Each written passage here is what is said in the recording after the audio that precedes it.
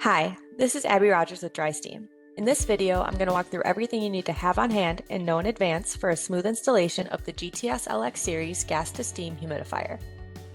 Let's start with the tools and supplies you will need. GTS LX IOM, VaporLogic Installation and Operation Manual, Dispersion IOM. Wiring diagram. The wiring diagram is supplied with the humidifier, but it's a good idea to bring one, as the supplied one might not be easy to find on site. Your DrySteam rep can email you the wiring diagram. A USB stick with the current controller firmware version. Building water test report. Most municipalities have water reports online. Basic hand tools. Wire stripper. Multimeter. Flue gas analyzer. Manometer. Pipe wrenches, pipe dope. Solder or press fittings. PVC flue and sealed combustion piping, primer, cement, fittings, and hangers. Now we'll walk through the components and connection points you'll be working with during installation.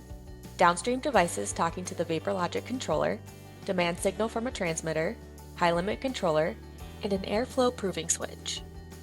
Connection for tap, softened RO or DI supply water, gas inlet connection, humidifier drain, flue condensate drain, humidification steam outlet, combustion air supply, which may be sealed combustion, and flue gas outlet. Before you head out to the installation site, here are some things you should verify. Installation location for the unit is clear and ready.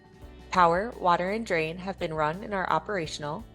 Coordination with other contractors, such as electricians, building management systems, plumbers, and so on. Startup time may vary depending on the application and system size. Do not leave the humidifier unattended during the initial startup. Now you have all the information you need to properly prepare for a smooth installation of the GTS LX series humidifier. Taking time to plan and check ahead of installation day will save time in the field and prevent unnecessary return trips.